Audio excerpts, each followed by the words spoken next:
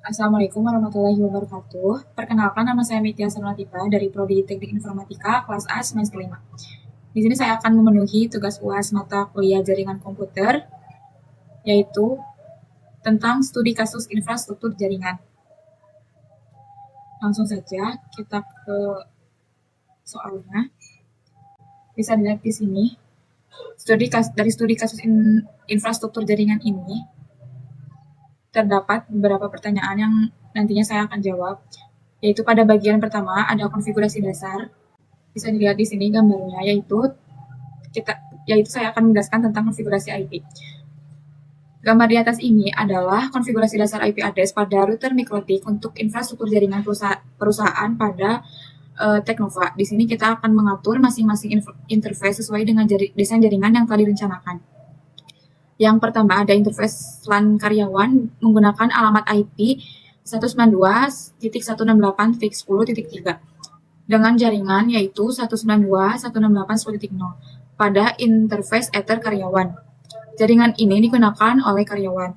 Selanjutnya, di sini yang kedua ada interface LAN tamu memiliki alamat IP yaitu 192.168.20.3 dengan jaringannya yaitu 192.168.20.0 pada interface Ether tamu.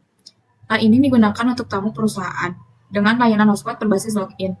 Selanjutnya yang ketiga ada interface LAN server disiapkan dengan IP address 192.168.30.3 pada jaringannya yaitu 192.168.30.0 dan interface Ether server. Terakhir ada interface Ether 1. Di sini fungsinya sebagai gateway utama yang terhubung ke modem ISP dengan IP 192.168.43.11 pada jaringannya yaitu 192.168.43.0. Selanjutnya di sini terdapat gambar konfigurasi router yang dimana bisa dilihat gambarnya. Di sini ada router list. Yang pertama ada root 0.0.0.0. Ini adalah default root yang digunakan untuk mengarahkan semua lalu lintas ke internet melalui gateway 192.168.43.1 yang nantinya terhubung ke interface Ether 1. Selanjutnya, jaringan 192.168.1 ini merupakan LAN dari karyawan yang terhubung ke interface Ether karyawan, dan statusnya ini adalah reachable yang menandakan jaringan ini dapat diakses. Selanjutnya di sini ada LAN tamu dengan IP address 192.168.20.0 yang terhubung ke interface Ether tamu juga, yang di sini memiliki statusnya sama yaitu reachable. Selanjutnya jaringan 192.168.30.0 yaitu ini adalah LAN server yang dimana di sini memiliki statusnya itu adalah unreachable yang menunjukkan terdapat masalah pada koneksi atau konfigurasi jaringan menuju LAN server.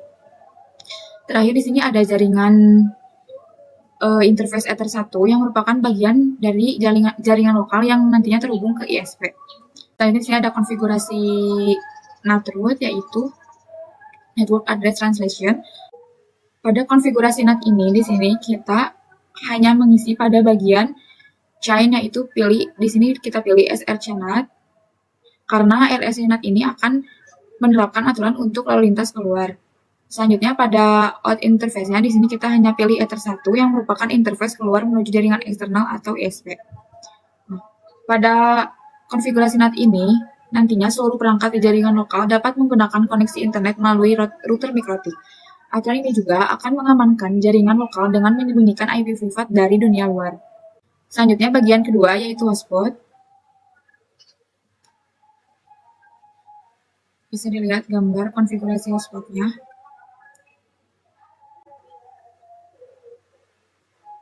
Hotspot ini adalah solusi untuk menyediakan akses internet yang dapat terkontrol dengan autentifikasi pada jaringan publik atau jaringan tamu.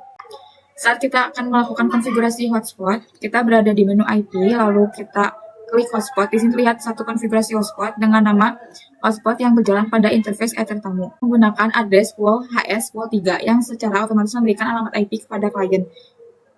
Saat ini di sini kita cuma mempunyai 2 klien yang sudah menggunakan alamat IP dari pool ini. Konfigurasi hotspot ini menggunakan profil HS Prof1 yang mengatur parameter seperti metode login dan pembatasan akses. Kita dapat mengelola akses internet untuk jaringan tamu, memastikan setiap pengguna harus login terlebih dahulu untuk menggunakan internet. Nah, selanjutnya di sini kita langsung ke hotspot user. Di tab user ini, kita dapat melihat daftar pengguna yang terdaftar. Dalam daftar ini terdapat 2 akun, yaitu hanya ada admin dan Mediasari, nama saya sendiri, yaitu di sini untuk mengedit atau menambah pengguna.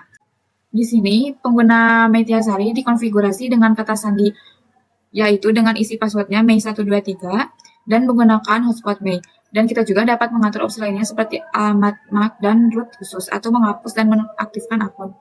Lalu di sini kita hanya mengklik apply atau OK yang nantinya digunakan untuk menyimpan pengaturan. Selanjutnya pada bagian 3, yaitu di sini kita akan membuat koneksi PPOE.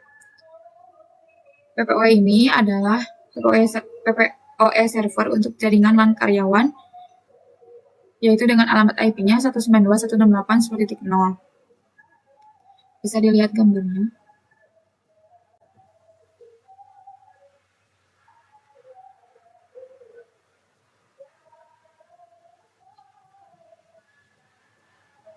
Penjelasannya yaitu di sini kita buat koneksi PPOE server yang dimana bisa dilihat pada gambar yang di atas, yaitu kita akan mengkonfigurasikan antarmuka PPOE server dengan memberikan nama dan memilih antarmuka fisik, yaitu misalkan di sini saya menuliskan Ether 1. Nah, di sini Ether 1 akan digunakan untuk melayani koneksi PPOE dan selanjutnya menambahkan secret, yaitu yang berisi username dan password. Lalu di sini kita masukkan nama, password, dan service sebagai PPOE-nya. Di sini kita bisa menambahkan hingga mencapai 5 pengguna.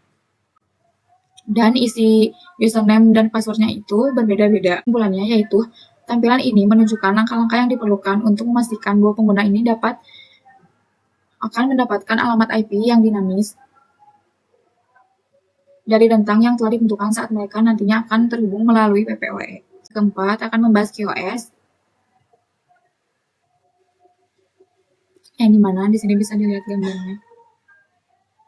Nah, penjelasannya yaitu dari konfigurasi QoS, konfigurasi ini tidak memiliki batasan bandwidth atau di sini bisa dibilang unlimited, dapat memberikan kebebasan penuh bagi pengguna dalam segmen ini. Nah, di sini bisa dilihat pada karyawan ada target IP-nya yaitu dengan batasan upload dan download masing-masing 2 Mbps dan 12 Mbps. Dan target IP dengan batasan dan target IP 192.168.3.0 yaitu ada batasan uploadnya juga sebesar 1 Mbps dan downloadnya sebesar 6 Mbps.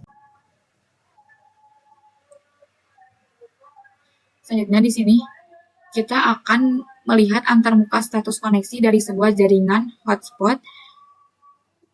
Di sini saya sudah mendaftarkan yaitu dengan user namanya Mediasari.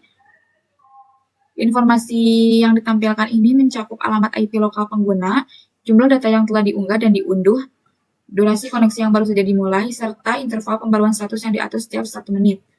Dan juga di sini terdapat tombol logout untuk keluar dari sistem. Dan di sini kita bisa buka URL-nya dengan ketik saja di website yaitu mei.net status. Namun di sini perlu diperhatikan bahwa koneksi ini tidak aman karena tidak menggunakan protokol HTTPS. Nah, selanjutnya di sini kita lihat hasil pengujian kecepatan internet menggunakan situs speedtest.net. Pengujian ini menunjukkan kecepatan unduh sebesar 11.71 Mbps dan kecepatan unggahnya sebesar 8.84 Mbps dengan pin-nya sebesar 39 ms. Yang berarti koneksi ini cukup stabil. Tes ini dilakukan menggunakan server JFiber di Purwakarta. Selanjutnya di sini merupakan rancangan pembuatan model infrastrukturnya menggunakan Cisco Tracer. Penjelasan dari diagram ini yaitu menampilkan sebuah topologi jaringan yang terdiri dari 3 segmen LAN, yaitu LAN karyawan, LAN tamu, dan LAN server. Ketiga LAN ini dihubungkan oleh sebuah router yang mengelola komunikasi lintas subnet. LAN karyawan yang memiliki subnet 192.168.10.0 dengan sebuah laptop sebagai klien. LAN tamu menggunakan subnet 192.168.2.0 dengan PC sebagai perangkat utama, sementara LAN server menggunakan subnet 192.168.3.0 yang menghubungkan sebuah laptop. Di sini terdapat router yang terhubung ke cloud yang merepresentasikan akses ke jaringan eksternal atau internet. Setiap LAN ini memiliki switch untuk mengatur koneksi lokal antar perangkat. Struktur ini memungkinkan komunikasi yang terpisah, namun terkoneksi antar sesama jaringan. Mungkin cukup sekian penjelasan tugas UAS dari saya. Mohon maaf apabila ada kesalahan. Terima kasih. Wassalamualaikum warahmatullahi wabarakatuh.